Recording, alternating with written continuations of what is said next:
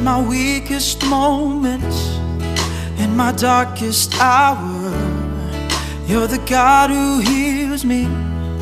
When I'm crying out for help, when my faith is shaken and I'm all struck down, you're the God who sees me. You're the God who saves.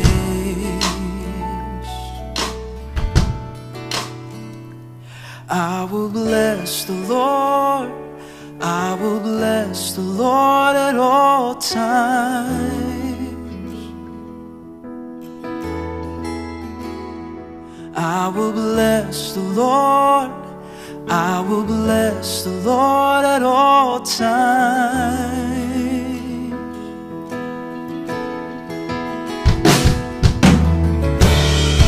In your lavish kindness, I've been washed in grace. You're the God who loves me. Can't keep it to myself. I wanna shout your story. I'm gonna sing your praise. You're the God who's mighty. You set my heart ablaze. I will bless the Lord. I will bless the Lord at all times.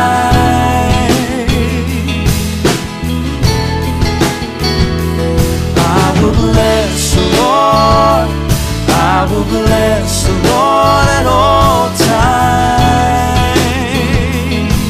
We sing, we bless you, Lord. I will bless the Lord. I will bless the Lord at all times.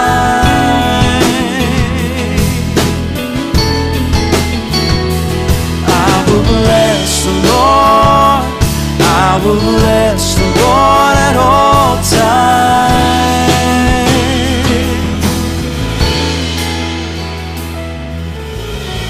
And I can face the day, for you are strong to save. And I will bless the Lord at all times. And when you give and take, I'll stand on what you say. And I will bless the Lord at all times. Oh, and I can face a day, for you are strong to save. And I will bless the Lord at all times. And when you give and take, I'll stand on what you say. And I will bless the Lord at all times. I will bless the Lord. I will bless the Lord at all times.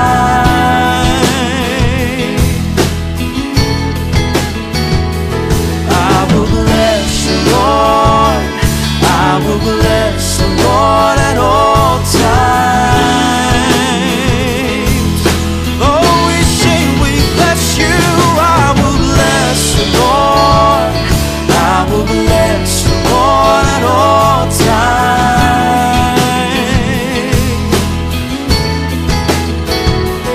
I will bless the Lord. I will bless the Lord at all times. Oh,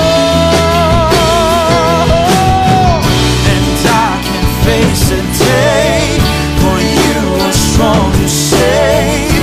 And I will bless the Lord at all times. And when you give and take, I'll stand on what you say.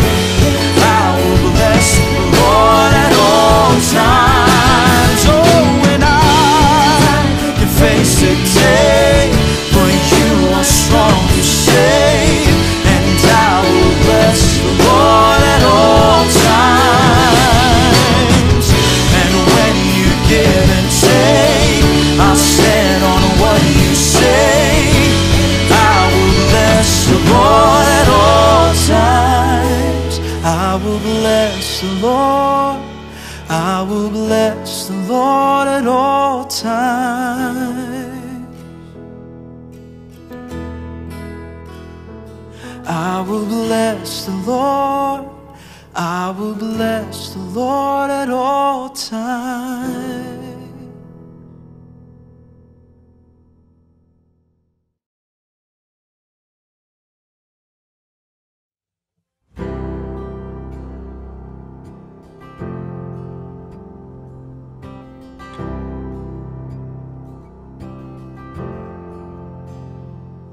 Your face is ever before me. Should I be in the heights of mountains, or in the heart of the sea, you meet me where my feet will be. Lord, you see everything of me. Let me not wander from the God who loves me. And as you pursue me, so will I pursue you.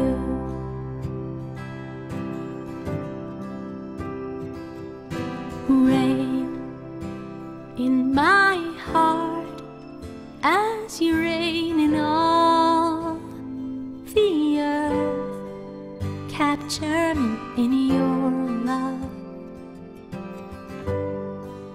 Capture me in your love.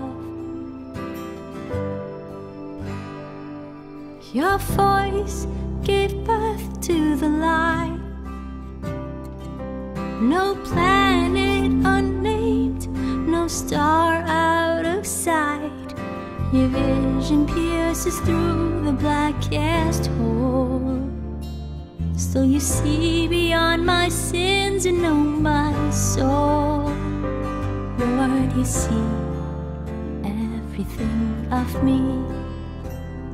Let me not wander from the God who loves me.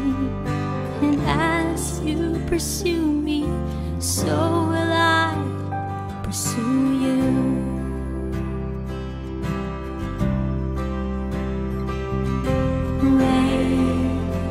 In my heart as you reign in all the earth.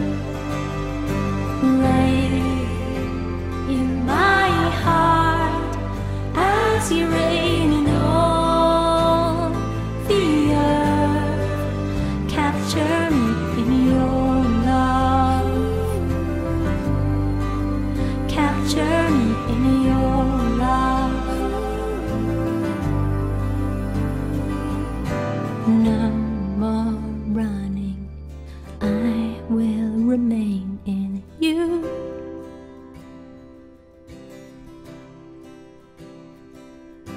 No more striving, I surrender to your love.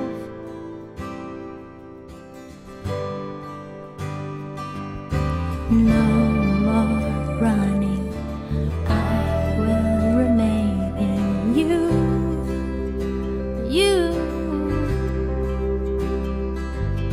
No more striving, I surrender to your love, Jesus.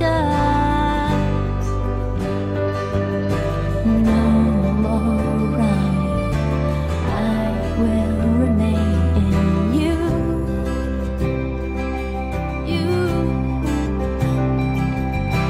No more striving, I surrender to your love, Jesus. Reign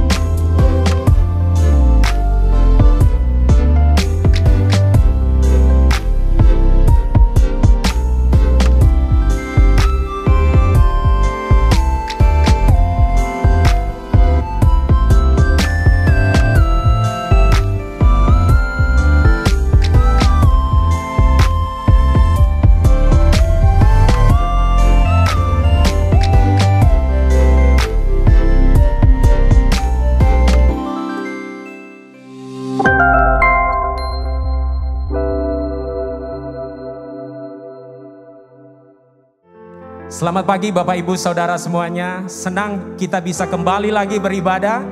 Meskipun lewat online Bapak Ibu, tapi kita percaya kita memiliki Allah yang hidup dan Dia hadir di tengah-tengah kita pada waktu kita bersama-sama meninggikan Dia. Mari kita mau berdoa bersama-sama sebelum kita memulai ibadah kita. Mari kita berdoa. Tuhan, terima kasih untuk pagi hari ini. Kami bersyukur untuk kasih setia Tuhan yang selalu baru setiap pagi. Kami bersyukur untuk anugerah-Mu yang terus Kau limpahkan bagi kami. Terima kasih Tuhan. Kami mau memberikan yang terbaik bagi Engkau. Kami mau memuji Engkau. Kami mau meninggikan Engkau. Dan kami percaya Engkau hadir dan menyatakan kuasa-Mu di tengah-tengah kami. Yang sakit disembuhkan, yang lemah dikuatkan. Amen. Terima kasih Tuhan. Kami berikan segala hormat kemuliaan hanya bagi Tuhan. Di dalam nama Tuhan Yesus. Dan mari yang percaya bersama-sama katakan amin. Mari berikan kemuliaan bagi Tuhan kita. Haleluya.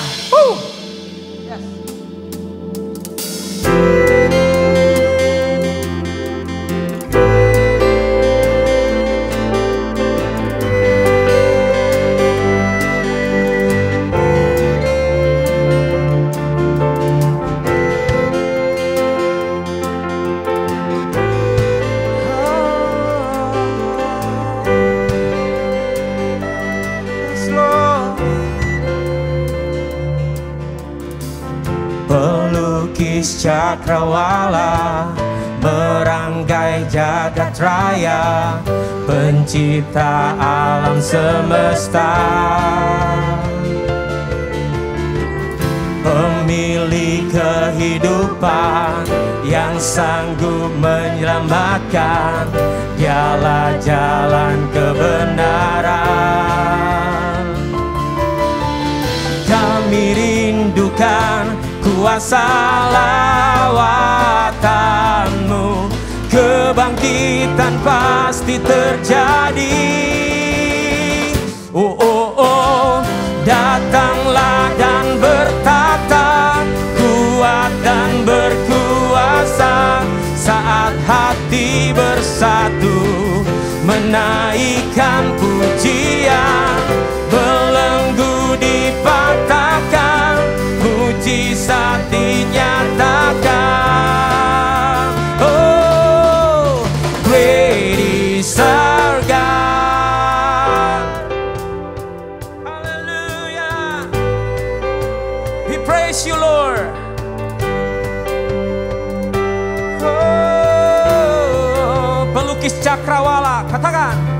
Pelukis cakrawala, merangkai jagat raya, pencipta alam semesta, pemilik kehidupan yang sanggup menyelamatkan, Dialah jalan kebenaran.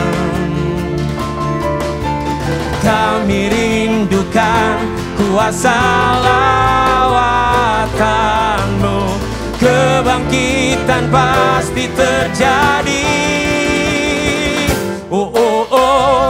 Datanglah dan bertata, kuat dan berkuasa, saat hati bersatu menaikkan pujian, belenggu dipatahkan, mujizat dinyatakan.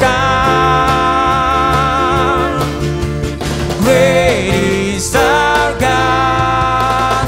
Datanglah dan bertata, kuat dan berkuasa, saat hati bersatu menaikkan pujian, belenggu dipatahkan, mujizat dinyatakan.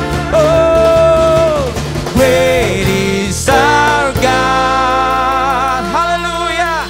Mari berikan kemuliaan bagi Tuhan kita sekali lagi. Haleluya, Lord. Kau yang berkuasa Tuhan. Kau yang berdaulat atas hidup kami Tuhan. Kami bersyukur. Kami mengikuti Engkau Allah yang luar biasa dalam hidup kami Tuhan.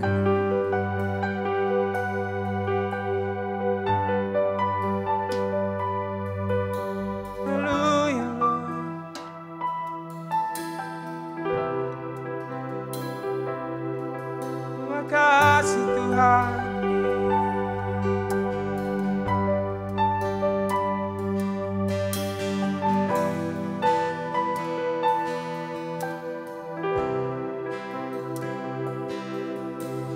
Semua karena anugerah-Mu hari ini ada. Bukan karena kuatku, namun karena Roh-Mu. Bawa hatiku, penyembahanku, ku semakin berkurang, Yesus makin bertambah. Mengikut Yesus, itulah kesukaan hatiku. Ku lepas semua hakku untuk mengenal kehendak-Nya di hidupku. Mengiring Yesus, itulah kekuatan hidupku. Ku yakin anugerah-Mu mampu jadikanku hamba yang berkenan selalu.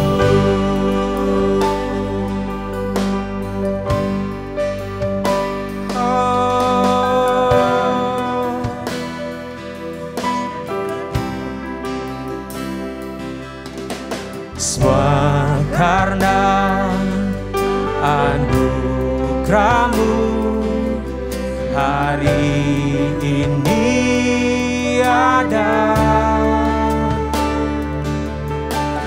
Bukan karena kuatku, namun karena Roh-Mu. Ku bawa hatiku, penyembahanku, ku semakin berkurang, Yesus makin bertambah. Oh, mengikut Yesus, itulah kekuatan hatiku. Ku lepas semua hakku untuk mengenal kehendak-Nya di hidupku. Mengiring Yesus, itulah kekuatan hidupku. Ku yakin anugerah-Nya mampu jadikanku hamba yang berkenan selalu.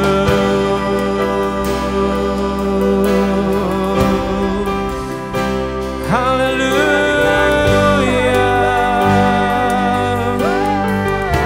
kami mau mengikut-Mu Yesus.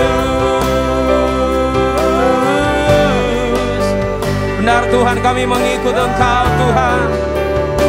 Dan kami tahu bukan karena kekuatan kami, bukan karena gagah perkasa kami Tuhan, semua karena anugerah-Mu Tuhan.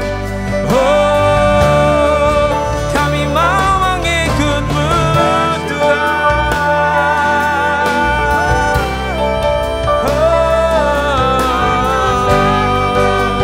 Mari Bapak Ibu Saudara semuanya, kita menyembah Dia, kita meninggikan nama-Nya.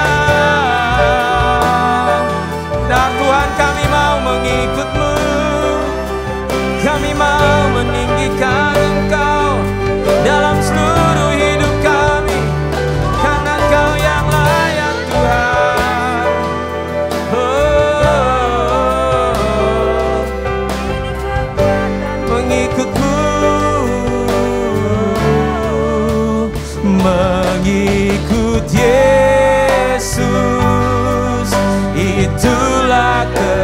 kebukaan hatiku.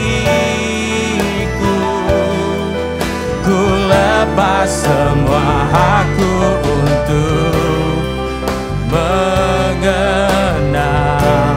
kehendaknya di hidupku. Mengiring Yesus, itulah kekuatan hidupku. Ku yakin anugerahnya mampu jadikanku hamba yang berkenan selalu.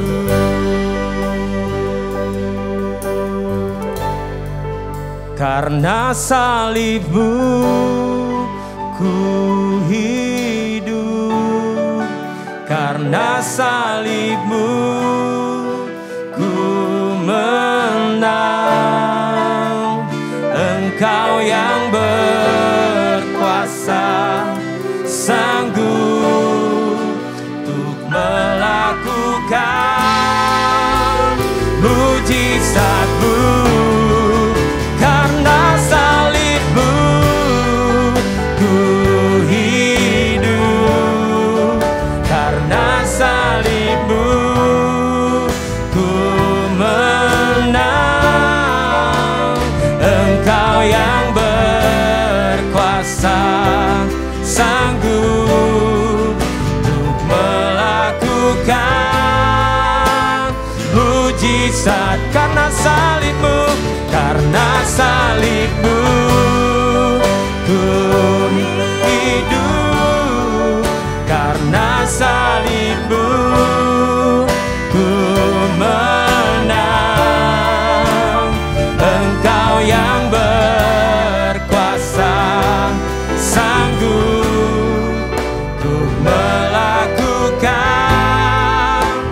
mujizat-Mu di hidupku.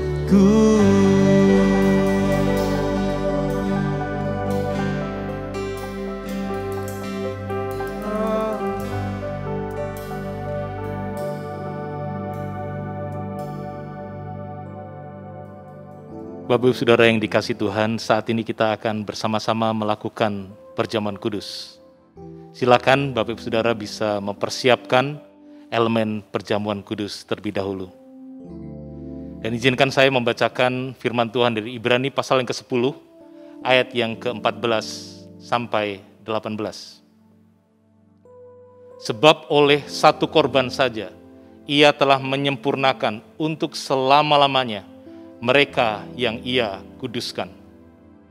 Dan tentang hal itu Roh Kudus juga memberi kesaksian kepada kita.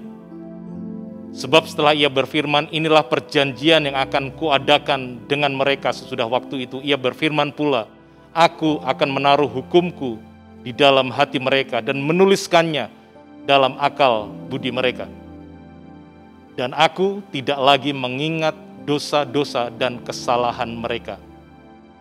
Jadi apabila untuk semuanya itu ada pengampunan, tidak perlu lagi dipersembahkan korban karena dosa. Saudara, ayat ini dengan jelas mengatakan bahwa korban sempurna yang dilakukan oleh Tuhan Yesus di atas kayu salib itu menyempurnakan satu kali untuk selama-lamanya mereka yang Ia kuduskan. Saudara dan saya yang percaya disempurnakan satu kali untuk selama-lamanya. Dan ada dua hal yang dijanjikan juga di sana, saudara. Bahwa Tuhan akan menaruh hukumnya di dalam loloh hati kita, di akal budi kita. Supaya kita selalu ingat akan mana yang baik, mana yang tidak baik, mana yang benar dan tidak benar. Dan ada Roh Kudus yang akan memperbaharui kita hari demi hari. Supaya kita semakin serupa dan segambar dengan Dia. Dan janjinya berkata, Dia tidak mengingat-ingat lagi dosa dan pelanggaran kita. Sehingga tidak perlu lagi ada pengorbanan karena dosa.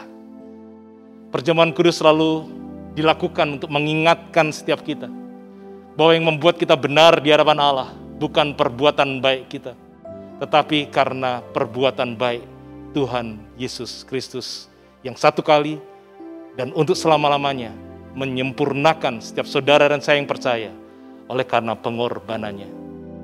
Mari saudara kita mengangkat roti perjamuan di hadapan Tuhan. Kami bersyukur Tuhan untuk tubuh-Mu yang terpecah-pecah bagi kami. Engkau menanggung hukuman atas kami yang seharusnya mati di kayu salib. Engkau menanggung bagi kami. Kami terima tubuh-Mu dengan percaya bahwa saat kami sungguh-sungguh meyakini, mengimani apa yang Kau lakukan, kami semua dikuduskan, disempurnakan, dipulihkan. Di dalam nama Tuhan Yesus, kami bersyukur. Mari kita makan.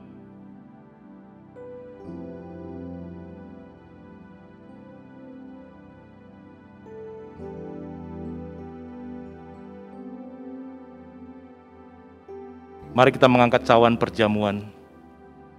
Kami juga bersyukur untuk darah-Mu Tuhan yang tercurah bagi kami. Darah yang memeteraikan sebuah perjanjian yang kekal, perjanjian yang baru di antara Allah dan manusia. Kami bersyukur kami mengikat janji dengan Allah yang setia, yang tidak mungkin mengingkari kesetiaan-Mu. Terima kasih darah-Mu menguduskan kami, membuat setiap kami yang percaya kedapatan layak, kedapatan suci, tak bercacat, tak bercela, kudus di hadapan hadirat-Mu. Kami bersyukur kami disempurnakan satu kali untuk selama-lamanya. Di dalam nama Tuhan Yesus kami bersyukur. Mari kita minum bersama, saudara.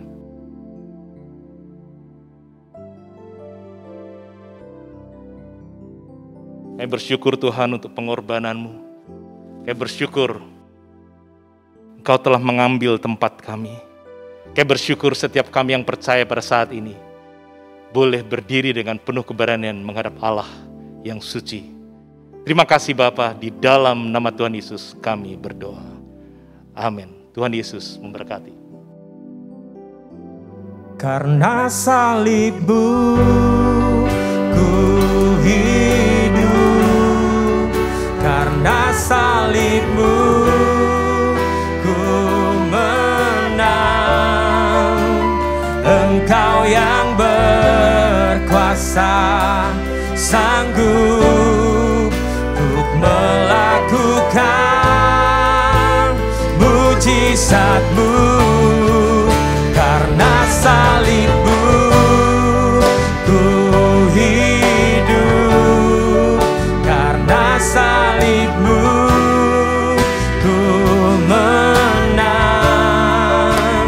Engkau yang berkuasa, sanggup untuk melakukan mujizat-Mu di hidupku.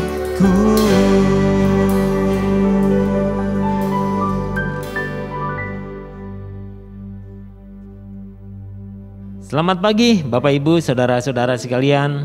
Selamat datang dan selamat beribadah di Gereja Every Nation Surabaya. Sebagai gereja, kami percaya gereja ini dipanggil untuk menghormati Allah dengan mendirikan gereja dan pelayanan kampus yang berpusat pada Kristus, diberdayakan oleh Roh Kudus dan bertanggung jawab secara sosial di setiap bangsa. Baik, sebelum kita mendengarkan firman Tuhan, ada beberapa pengumuman yang akan saya sampaikan bagi kita pagi ini. Yang pertama dari Every Nation Campus Surabaya. Pada bulan September ini, Every Nation Campus akan memulai series yang baru dengan tema Strong.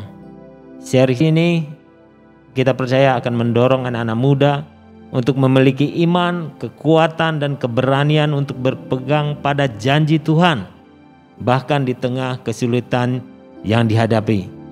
Karena itu, Every Nation Campus Surabaya mengundang anak-anak muda untuk bergabung dalam Youth Service yang dilaksanakan hari Sabtu tanggal 4 September 2021.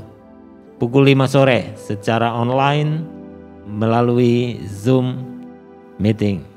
Silakan undang teman-teman, kita percaya kita bisa bertumbuh bersama dalam kasih dan pengenalan akan Tuhan. Pengumuman kedua, Bapak Ibu, saya memiliki kabar gembira untuk kita semua.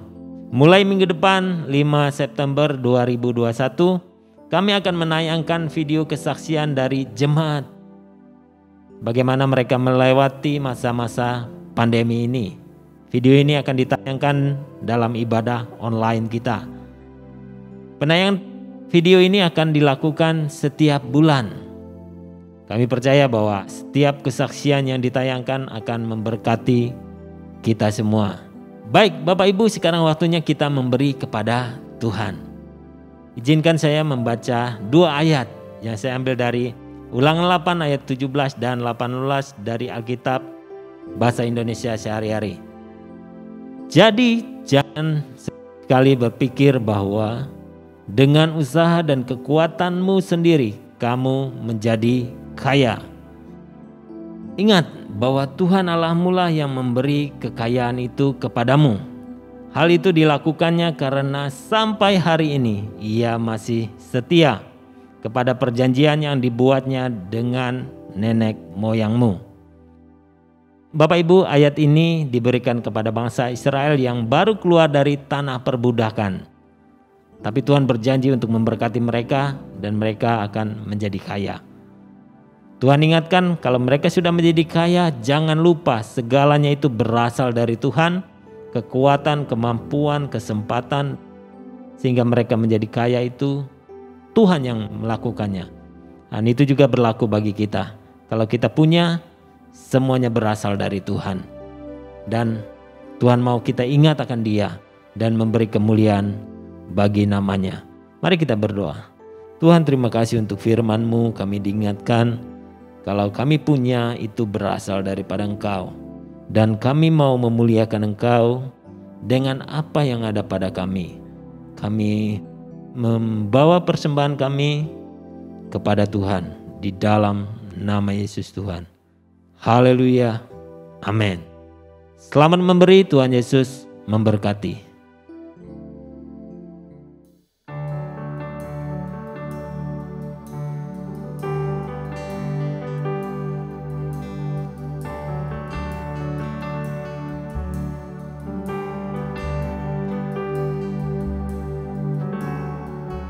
Amazing love that welcomes me, the kindness of mercy that brought with blood or heartily my soul undeserving.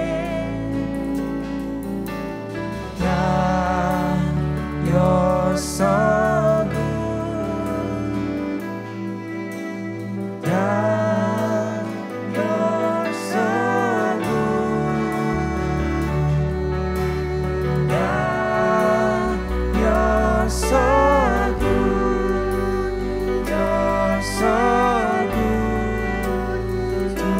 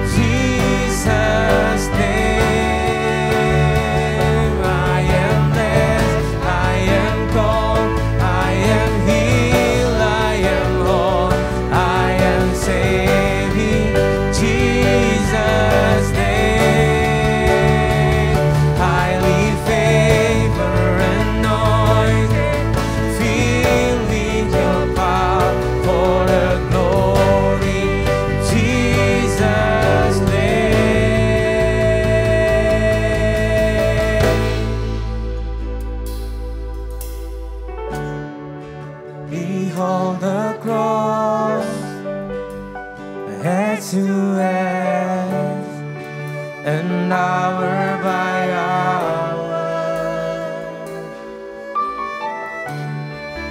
That I read sinner saved.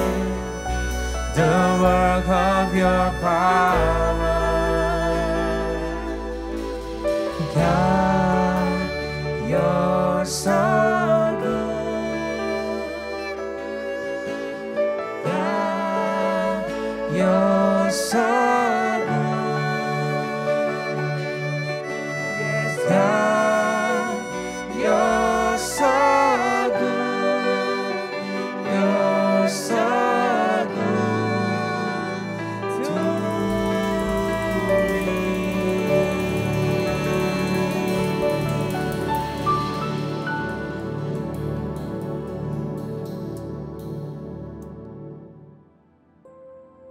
Selamat pagi jemaat Tuhan, hari ini saya akan membagikan khotbah dengan judul Bangkit dan Berjalanlah. Yang terambil dari sebuah peristiwa yang sangat menarik di Kisah Para Rasul pasal yang ketiga. Dan sebelumnya mari kita serahkan waktu pemberitaan firman Tuhan pada hari ini di dalam doa. Bapa di surga, hamba-Mu berdoa supaya roh hikmat dan wahyu boleh melingkupi hati dan pikiran kami, dimanapun kami berada pada saat ini.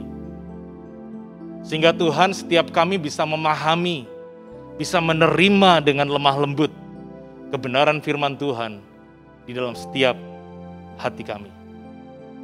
Ajar kami untuk menghormati kebenaran firman-Mu, serta jauhkan kami dari segala jenis pencobaan, gangguan yang berusaha mengalihkan perhatian kami dari keindahan firman-Mu. Di dalam nama Tuhan Yesus, kami berdoa. Amin. Bapak Ibu Saudara yang dikasihi Tuhan, latar belakang dari Kisah Para Rasul pasal 3 ini adalah masa di mana gereja baru saja lahir di hari Pentakosta. Di mana waktu itu Rasul Petrus berkhotbah di Yerusalem dan 3.000 orang bertobat, dibaptis dan ditambahkan dalam sebuah komunitas yang baru. Komunitas yang baru yang terbentuk tersebut pada zaman itu adalah sebuah hal yang asing dan bisa dibilang sangat maju dan revolusioner pada zamannya, saudara. Karena kelompok-kelompok masyarakat yang ada umumnya pada waktu itu terkotak-kotak berdasarkan suku atau berdasarkan ras, agama, status sosial, status ekonomi, dan yang lain-lain. Dan mereka itu umumnya tidak saling bergaul satu dengan yang lainnya. Namun saudara, di kumpulan orang-orang yang sekarang kita mengenalnya sebagai gereja ini, anggotanya adalah orang-orang yang berasal dari berbagai macam latar belakang. Dan yang luar biasanya, mereka itu yang dari berbagai macam latar belakang bisa berkumpul, bisa bersekutu bersama-sama. Karena mereka percaya kepada Tuhan yang sama, yaitu kepada Tuhan Yesus Kristus. Akhir dari Kisah Para Rasul pasal yang kedua ini menggambarkan bagaimana kehidupan komunitas yang baru terbentuk tersebut. Mari kita membaca Kisah Para Rasul pasal yang kedua, ayat yang ke-46 sampai 47. Dengan bertekun dan dengan sehati, mereka berkumpul tiap-tiap hari dalam bait Allah. Mereka memecahkan roti di rumah masing-masing secara bergilir dan makan bersama-sama dengan gembira dan dengan tulus hati. Ayat yang ke-47, sambil memuji Allah. Dan mereka disukai semua orang. Dan tiap-tiap hari Tuhan menambah jumlah mereka dengan orang yang diselamatkan. Saudaraku yang dikasihi Tuhan, ini adalah sebuah blueprint atau gambaran original gereja yang alkitabiah. Di mana gereja bukanlah mengacu kepada gedung atau upacara keagamaan. Gereja digambarkan dengan jelas sebagai orang-orang yang sering berkumpul dan bukan orang-orang yang hidupnya kemudian hidup sendiri-sendiri. Mereka ini dikatakan tadi berkumpul baik dalam pertemuan besar di bait Allah dan juga dalam pertemuan-pertemuan kecil di rumah-rumah. Dan tentu saja dalam konteks kita hari ini, pertemuan besar di Bait Allah bisa digambarkan sebagai ibadah minggu yang saat ini barangkali sedang tidak bisa bertemu karena situasi pandemi. Dan pertemuan rumah-rumah itu adalah gambaran dari pertemuan life group. Bagi saudara barangkali yang baru pertama kali hadir di Every Nation Surabaya, life group adalah komunitas kelompok kecil di dalam jemaat ini yang bertemu secara berkala, ada yang seminggu sekali, ada yang 2 minggu sekali, untuk saling membangun, untuk saling menguatkan. Life group tentulah bukan kumpulan orang-orang yang sudah sempurna, tetapi kumpulan orang-orang yang sedang dalam proses disempurnakan oleh Tuhan. Inilah komunitas yang kita harapkan menjadi tempat untuk kita bisa mempraktekkan, melakukan kebenaran firman Tuhan, untuk saling mengasihi, saling mengampuni, saling menerima, saling berbagi satu dengan yang lainnya. Inilah tempat yang kita harapkan orang-orang bisa mendapatkan kehangatan keluarga rohani, di mana kita bisa merasa aman, merasa diterima sebagaimana kita adanya, sebagaimana Tuhan Yesus juga telah menerima kita. Nah saudara, kalau saudara perhatikan di ayat yang ke-42, masih di Kisah Para Rasul pasal yang kedua, dikatakan di sana kumpulan orang-orang yang baru percaya ini bertekun, atau dengan kata lain tuh mereka tuh rajin, mereka aktif di dalam melakukan 2 hal saudara. Yaitu mereka bertekun dalam hal pertama pengajaran rasul-rasul, dan kedua persekutuan. Pengajaran rasul-rasul dan persekutuan. Saudara, pengajaran rasul-rasul adalah waktu di mana orang-orang yang baru percaya tersebut, mereka berkumpul dan kemudian mereka mendengarkan pengajaran firman Tuhan dari para rasul. Para saksi hidup dari kehidupan, kematian, dan kebangkitan Tuhan Yesus sendiri. Rasul-rasul masih hidup pada waktu itu. Mereka adalah saksi hidup yang hidup bersama dengan Tuhan Yesus sendiri. Itu yang pertama. Dan mereka juga bertekun dalam persekutuan. Persekutuan itu bahasa sederhananya ya kumpul-kumpul, saudara. Untuk saling berbagi kabar, saling menguatkan, kemudian bisa saling mendoakan di antara orang-orang percaya. Dan juga kalau saudara perhatikan di kitab Kisah Para Rasul sering disinggung adalah waktu di mana mereka memecahkan roti. Itu bicara perjamuan kudus, tapi juga berbicara juga tentang makan-makan. Ini elemen penting dalam pertemuan saudara. Mari kita terus berdoa supaya pandemi ini segera berlalu. Sehingga kita bisa kembali, bisa berjabat tangan, berpelukan, cipika-cipiki dengan saudara-saudara seiman lagi. Saya tahu banyak di antara kita sudah kangen momen-momen yang demikian. Dan yang pasti tidak kalah pentingnya adalah momen makan-makan bersama.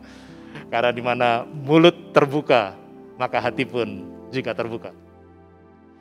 Namun di saat pandemi seperti ini pun kita tentu saja bisa tetap bersekutu via online atau via daring. Puji Tuhan untuk teknologi yang kita bisa pergunakan.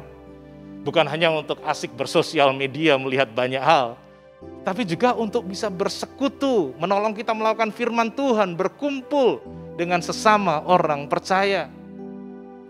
Memang betul tidak senyaman pertemuan secara fisik, tetapi paling tidak kita bisa tetap melakukan kebenaran firman Tuhan untuk saling menguatkan, saling memperhatikan satu dengan yang lainnya. Saya mendorong setiap saudara dalam jemaat ini bukan hanya untuk bertekun di dalam pengajaran firman, mendengarkan renungan firman Tuhan, ibadah minggu, sela, share now, atau khotbah di YouTube, atau di media sosial lainnya. Bukannya bertekun di situ saudara, tapi juga bertekun dalam menyediakan waktu untuk rajin, untuk aktif hadir dalam live group online ataupun dalam pertemuan-pertemuan lain yang diadakan di dalam jemaat ini. Kembali ke kisah jemaat mula-mula tadi ya saudara. Jadi saat mereka itu bertekun, mereka bersehati, berkumpul baik di bait Allah maupun di rumah-rumah, Alkitab mencatat 2 hal yang terjadi waktu itu. Yang pertama, mereka disukai banyak orang. Dan yang kedua, tiap-tiap hari Tuhan menambah mereka dengan orang yang diselamatkan. Wow. Saya percaya mereka ini jemaat mula-mula disukai banyak orang bukan karena mereka sering kumpul-kumpul makan-makan, sering posting di sosial media, mereka lagi kumpul makan-makan, bukan. Tetapi karena ada buah-buah pertobatan, ada perubahan karakter, perubahan hidup yang nyata, ada sikap kasih, penerimaan, pengampunan, kemurahan hati, kebaikan hati, ada damai sejahtera, pendamai, dan lain sebagainya yang tidak bisa tidak membuat orang-orang di sekitar mereka mulai menyukai komunitas yang baru ini. Dan yang lebih luar biasa lagi adalah Tuhan kemudian menambahkan jiwa-jiwa baru kepada mereka. Orang-orang di luar sana yang tertarik dengan gaya hidup komunitas baru ini kemudian mendengarkan Injil dan mereka pun kemudian diselamatkan. Saudara, di dalam konteks seperti inilah peristiwa di Kisah Para Rasul 3 yang sebentar kita akan bahas bersama-sama ini berada. Mohon maaf saudara, kita belum masuk ke dalam khotbahnya. Ini masih bagian pengantar, tapi saya merasa ini penting untuk disampaikan di dalam momen-momen saat ini. Mari saudara kita mulai membaca pasal yang ketiga, ayat 1 dari kitab Kisah Para Rasul. Pada satu hari menjelang waktu sembahyang, yaitu pukul 3 petang, naiklah Petrus dan Yohanes ke bait Allah. Dari konteks yang kita telah bahas panjang lebar di awal tadi, kita jadi bisa tahu bahwa Rasul Petrus dan Yohanes datang ke bait Allah bukanlah hanya untuk sekedar jalan-jalan, datang atau melihat-lihat, atau bahkan untuk sembahyang dengan tata cara orang Yahudi, bukan. Penyebutan waktu sembahyang yang tadi kita baca adalah untuk memberikan gambaran gambaran waktu kapan mereka tiba di bait Allah, yaitu sekitar pukul 3 sore. Tetapi bukan berarti mereka datang ke sana untuk bersembahyang.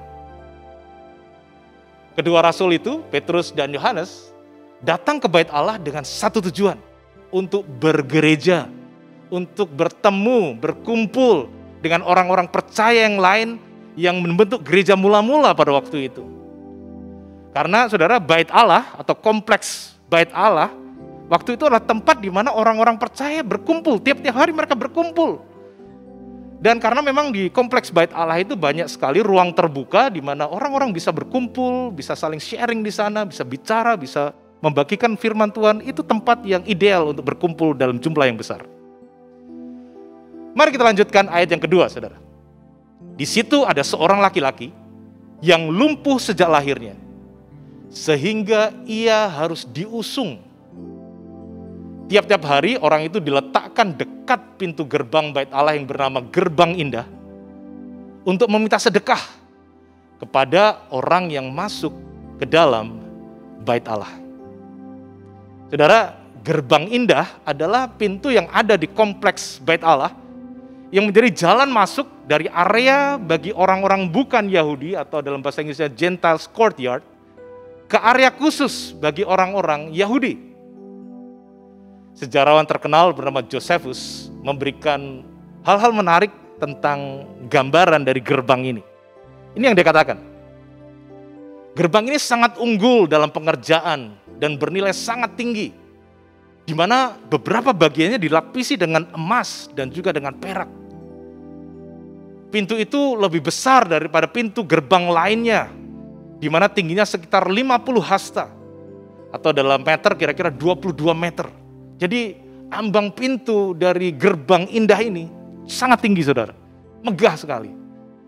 Karena kebesaran dan kemegahannya itu, maka gerbang itu dinamakan Gerbang Indah. Orang-orang yang masuk melalui gerbang ini akan secara alami, secara otomatis akan memandang keindahan pintu gerbang. Dan pasti kurang memperhatikan hal yang lain yang ada di sekitarnya.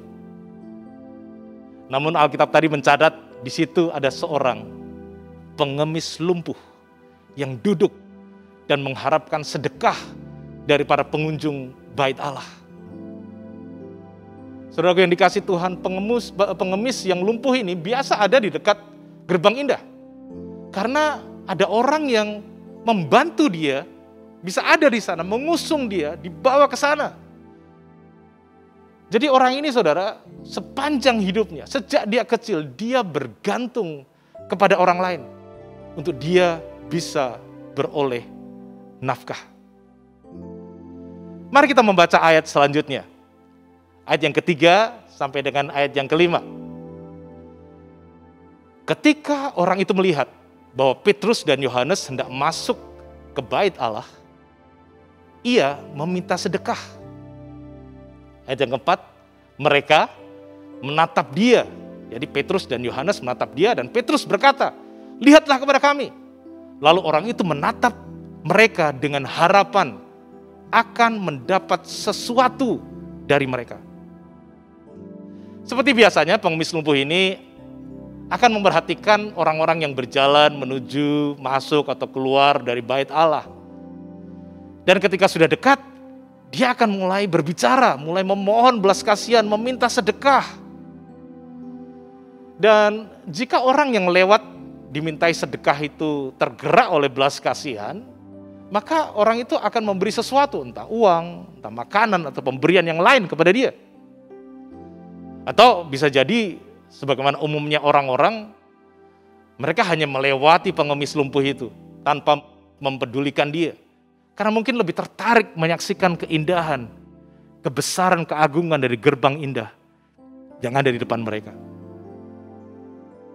Jadi saya rasa saudara ya, ini nggak ada di Alkitab, tapi saya merasa pengemis lumpuh itu terkejut saat ada dua pria asing, Petrus dan Yohanes ini memberi perhatian lebih kepada dia. Petrus dan Yohanes meminta pengemis lumpuh itu untuk melihat wajah mereka. Dan Alkitab tadi kita perhatikan mencatat bahwa waktu orang itu memandang Petrus dan Yohanes, yang diharapkan apa saudara?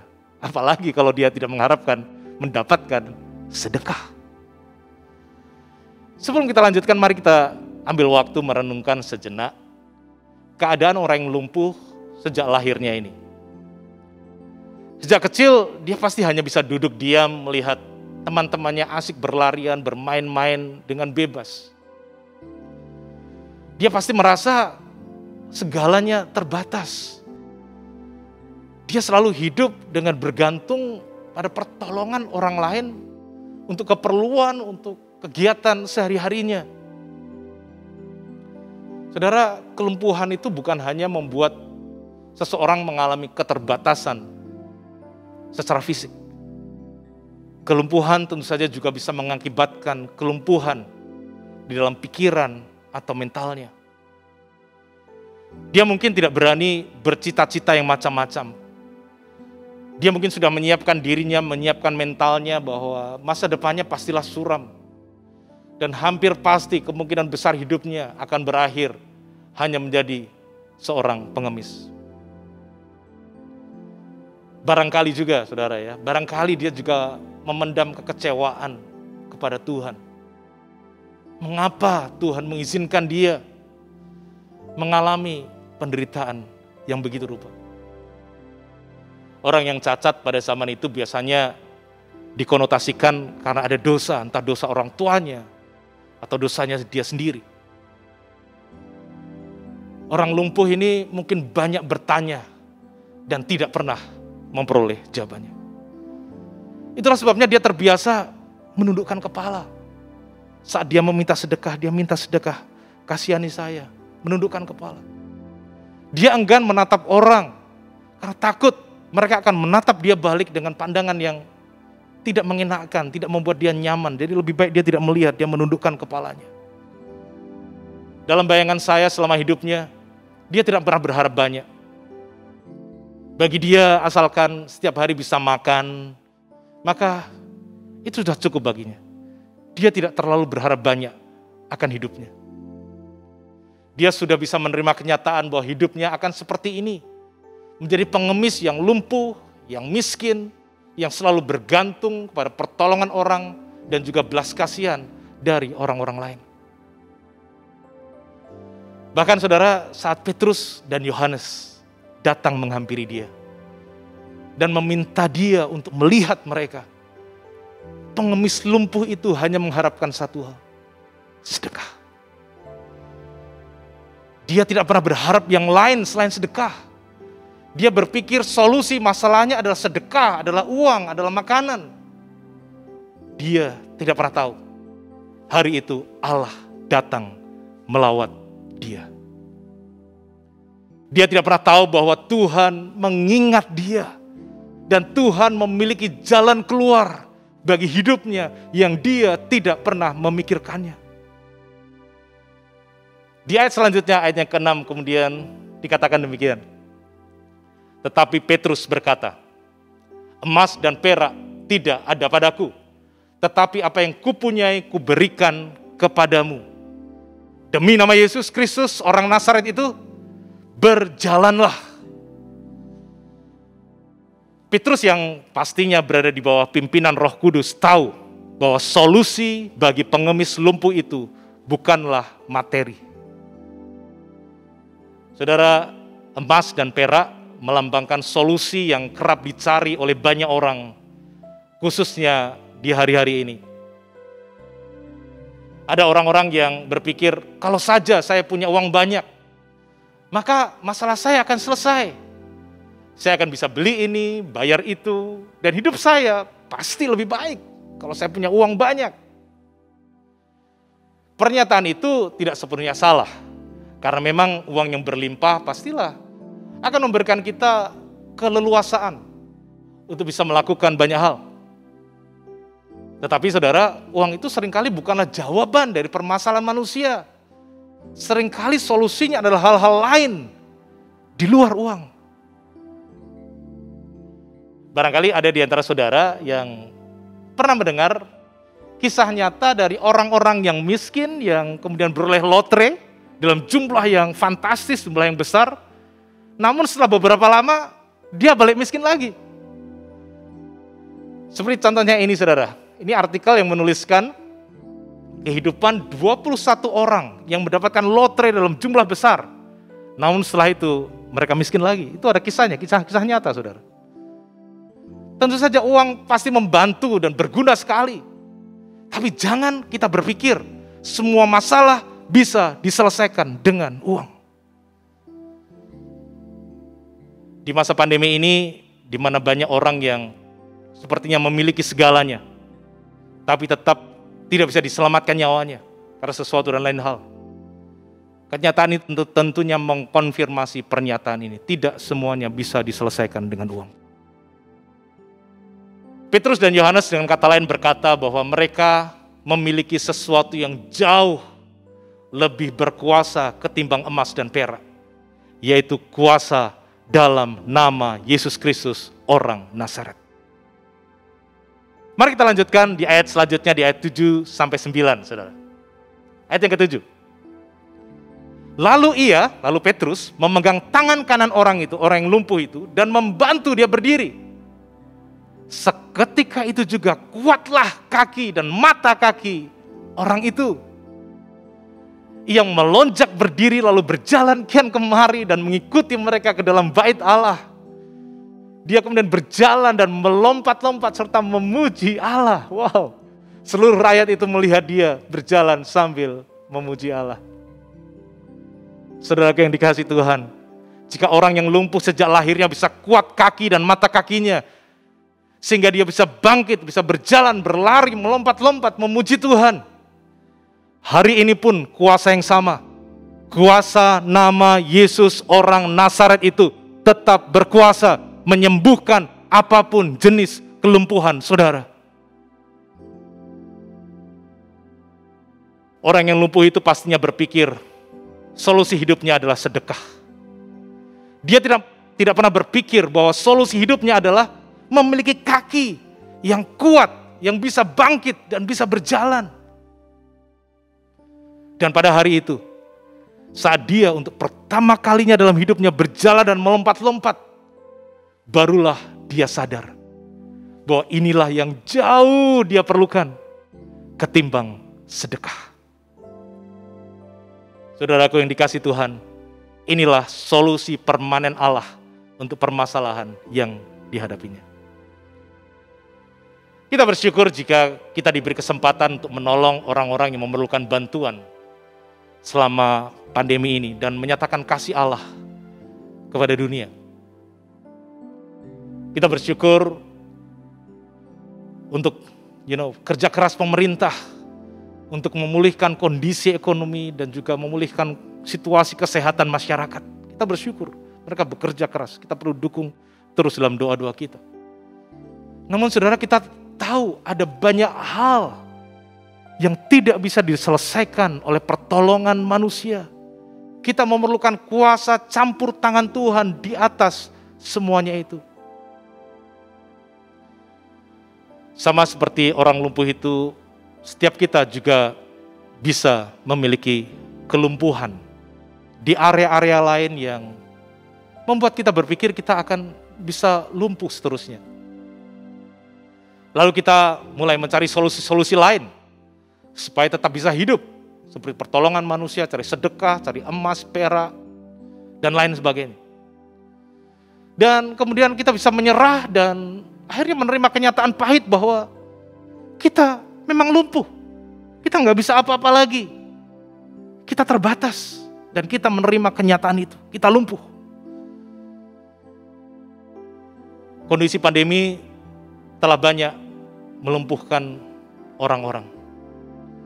Banyak usaha yang menjadi lumpuh, yang membuat banyak orang mungkin merasa sepertinya, waduh kayaknya nggak mungkin bisa bangkit lagi.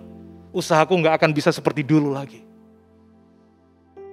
Ada yang secara kesehatan seakan menjadi lumpuh atau secara fisik melemah karena pernah terpapar virus COVID-19. Tubuhnya nggak sekuat dulu lagi. Ada juga yang iman atau semangat hidupnya menjadi lumpuh karena dilanda kesedihan yang dalam akibat ditinggalkan oleh orang-orang yang sangat dikasihinya. Barangkali ada di antara saudara yang harapannya lumpuh, tidak punya lagi kekuatan untuk percaya akan adanya perubahan di dalam keluarga atau dalam hubungan yang saudara miliki hari-hari ini. Jika ada di antara Bapak Ibu Saudara yang merasakan, mengalami kelumpuhan-kelumpuhan yang demikian, maka firman Tuhan bagi saudara pada hari ini adalah di dalam nama Yesus Kristus, orang Nazaret itu, berjalanlah, bangkit dan berjalanlah di dalam nama Tuhan Yesus Kristus. Mungkin saudara sudah percaya kepada Tuhan Yesus, tetapi mungkin saudara tidak lagi mau berharap banyak. Saudara sudah menyerah dengan keadaan saudara. Saudara takut meminta yang muluk-muluk kepada Tuhan. Tapi saudara izinkan saya mengingatkan saudara, Efesus 3 ayat yang 20 berkata demikian. Dengan kuasa Allah yang giat bekerja dalam diri kita, Allah dapat melakukan jauh lebih banyak daripada apa yang dapat kita minta atau pikirkan. Allah yang sama yang memberikan jauh lebih banyak daripada yang dipikirkan oleh pengemis lumpuh itu adalah Allah yang sama yang sudah sembah saat ini. Yang tadi saat penyembahan saudara angkat tangan, saudara menyanyikan penyembahan pada Dia. Allah yang sama, saudara. Mari kita percaya Dia sanggup melakukan jauh lebih banyak dari apa yang kita doakan dan kita harapkan. Dan kalau kita perhatikan ayat yang ke-7 tadi, Petrus memegang tangan kanan orang itu dan membantu dia berdiri. Baru setelah itu kaki dan mata kakinya menjadi kuat. Saudara yang dikasih Tuhan, Tuhan bisa menyatakan kuasanya secara langsung, di mana Dia akan menjamah kita dan kita pun langsung bisa sembuh. Namun Tuhan sering, Alkitab banyak sekali mencatat, Tuhan sering menyatakan kuasanya secara tidak langsung, saudara. Yaitu dengan apa? Melalui perantaraan orang lain. Pengemis yang lumpuh itu mengalami mujizat setelah Petrus memegang tangannya dan membantu dia berdiri. Karenanya saudara, kita perlu menyadari bahwa bisa jadi pertolongan yang dari Tuhan itu tidak datang-datang dalam hidup kita. Karena mungkin kita menolak uluran tangan orang lain. Padahal melalui orang itulah Tuhan hendak menyatakan kuasa-Nya. Kadang kita bisa lebih suka sendiri karena kita sungkan, kita malu. Kita tidak nyaman dengan orang lain atau kita berpikir kita tidak mau merepotkan orang lain. Namun bukankah memang di dalam sebuah komunitas atau sebuah keluarga itu tempat di mana kita saling merepotkan satu dengan yang lainnya, saudara? Bukankah Tuhan bahkan bersedia sangat repot untuk datang ke dunia, menjadi manusia, menjadi hamba, bahkan mati di kayu salib untuk menjadikan saudara dan saya anggota keluarganya. Saudara yang kasih Tuhan, sejak semula Tuhan merancang kita bukan hanya seorang diri, tetapi di dalam komunitas. Dan saudara, Petrus tadi berkata kepada pengemis lumpuh itu untuk dia berjalan. Artinya kita tidak hanya sekedar bangkit dari kelumpuhan kita, tapi mulai berjalan di dalam rencana Allah, di dalam kehendak Allah untuk melakukan hal-hal yang tidak pernah kita pikirkan sebelumnya. Bangkit dan berjalanlah. Ada begitu banyak hal indah Tuhan sediakan di depan bagi saudara. Ini bukan waktunya kita hanya diam di tempat. Ini waktunya kita melangkah dengan iman dan mulai mempercayai hal-hal yang luar biasa dari Tuhan. Mari kita berdoa. Bapa, kami bersyukur untuk kebenaran firman-Mu. Biarlah firman-Mu sendiri Tuhan yang akan sanggup membukakan hati pikiran kami dan memerdekakan kami dari setiap belenggu ketidakpercayaan, ketakutan, dan keraguan. Tolong setiap kami Tuhan untuk menang dari setiap kelumpuhan kami karena kami percaya kepada nama Yesus, orang Nazaret itu. Tidak ada yang mustahil bagi Engkau. Aku berdoa Tuhan untuk jemaat-Mu. Jika saat ini ada yang mengalami kelumpuhan, aku perkatakan di dalam nama Yesus untuk mereka bangkit, untuk mereka berjalan di dalam nama Yesus orang Nazaret itu. Dan biar rencana-Mu tergenapi dalam kehidupan mereka. Terima kasih Bapa, segala hormat kemuliaan hanya bagi Engkau. Di dalam nama Yesus kami berdoa. Saya mengundang setiap kita untuk mengangkat kedua tangan kita. Mari kita mengakhiri ibadah kita hari ini dengan berkat dari Tuhan. Berkat Allah Bapa yang mengasihi engkau tanpa syarat. Berkat Allah Putra yang rela menyerahkan nyawanya untuk menebus dosa dan pelanggaranmu sehingga kau beroleh kehidupan yang kekal. Berkat dari Allah Roh Kudus yang menjadi roh penolong, roh penghibur yang akan menyertai engkau sampai pada akhir zaman. Menyertai engkau. Biar hidupmu beroleh berkat yang berlimpah secara jasmani dan rohani. Sehingga melalui itu orang-orang di sekelilingmu akan beroleh berkat. Di dalam nama Tuhan Yesus kami berdoa dan mengucap syukur. Amin. Selamat hari Minggu, Tuhan Yesus memberkati. Kami rindukan kuasa lawatan-Mu, kebangkitan pasti terjadi. Oh, datanglah dan bertata, kuat dan berkuasa, saat hati bersatu, menaikkan pujian, belenggu dipatahkan, mujizat dinyatakan. Oh, great is our God.